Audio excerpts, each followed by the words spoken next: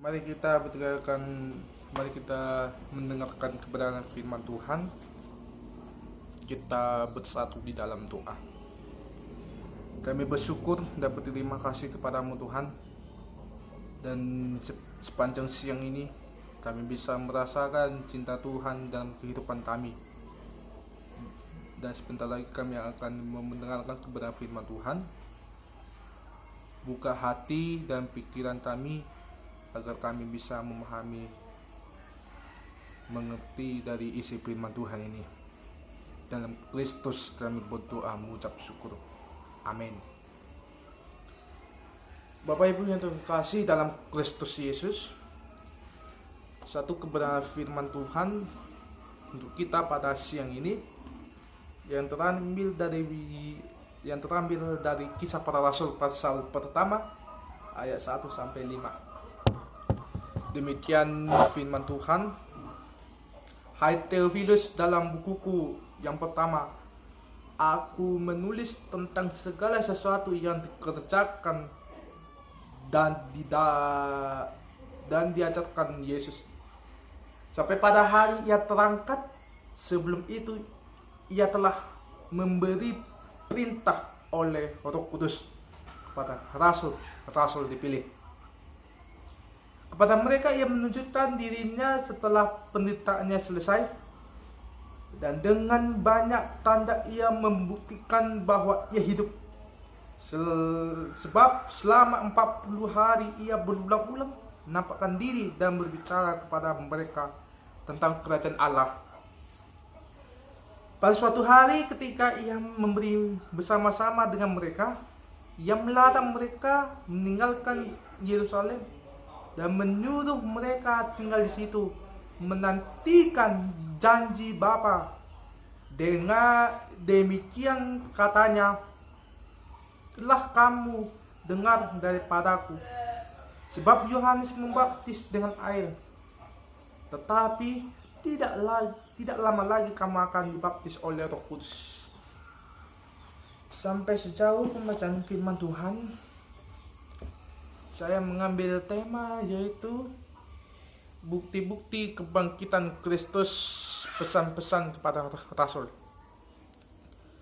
Theophilus diingatkan di dalam dia, kita pun diingatkan akan Injil Lukas yang baik untuk kita perhatikan sebelum mulai mempelajari kitab ini.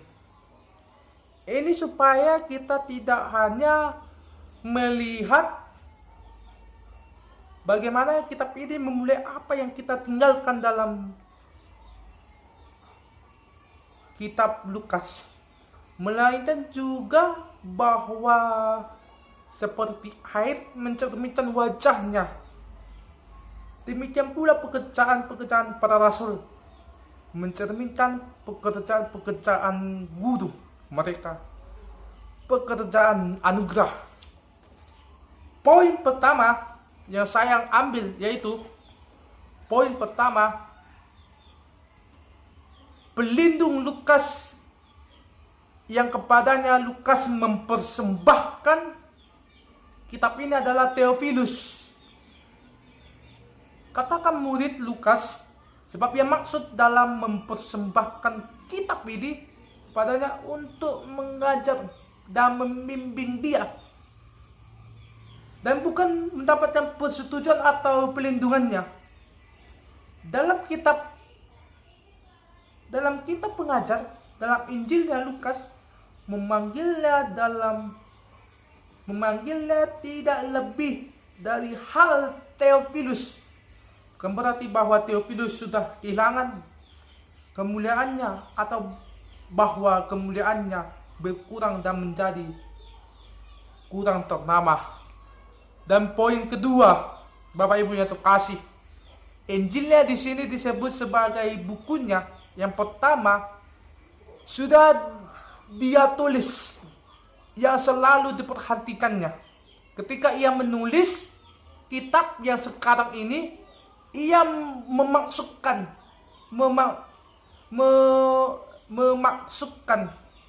kitab yang sekarang ini. sebagai kelanjutan dan peneguhan dari buku-bukunya. Yang pertama itu namanya Ton Protologon, perkataan sebelumnya.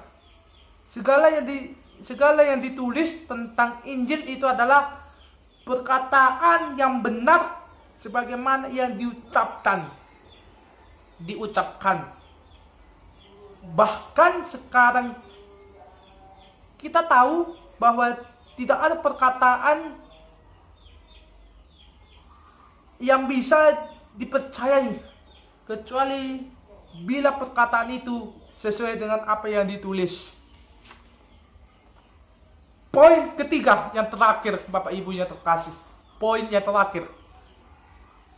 terakhir yaitu keempat penulis Injil Lukas khususnya telah meninggalkan kepada kita segala sesuatu yang kita kerjakan dan diajarkan Yesus.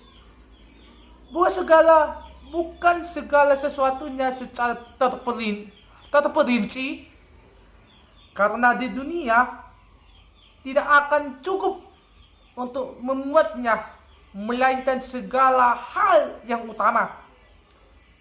Contoh dari semuanya yang utama, contoh yang semuanya yang begitu banyak dan begitu beragam, sehingga atas dasar itu kita bisa menilai sama yang lain.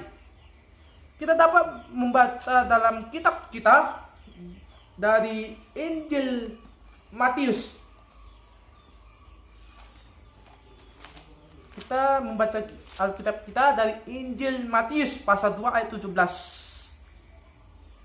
Injil Matius pasal 4 ayat yang ke-12, ayat yang ke-17.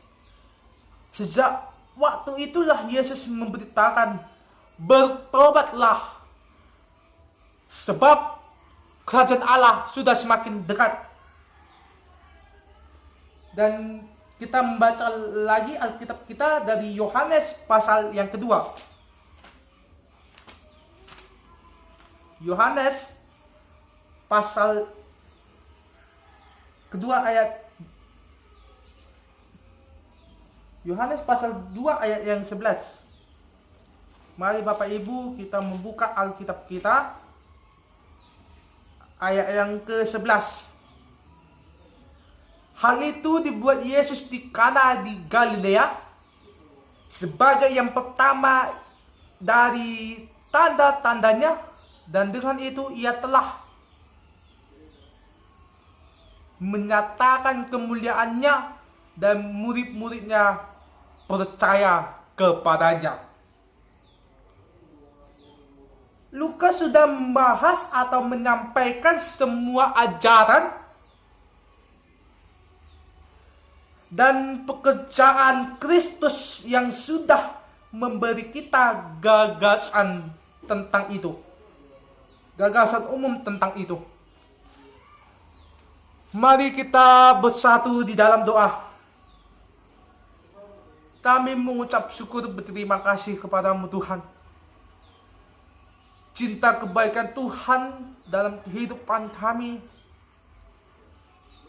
Engkau ya Tuhan, bahwa kisah para rasul ini adalah Tuhan hari kebangkitan Tuhan Yesus yang kedua kalinya. Engkau ya Tuhan memampukan kami bahwa seperti Lukas ini, dia bisa Tuhan mengerti apa kami capai, apa kami miliki Tuhan. Dan Tuhan akan memulai kami agar kami bisa mendapatkan apa kami inginkan dalam kitab kisah para rasul ini Tuhan. Engkau ya Tuhan memberikan kami sepanjang hidup kami, sepanjang hari lepas hari, bulan demi bulan. Engkau ya Tuhan memberikan kami.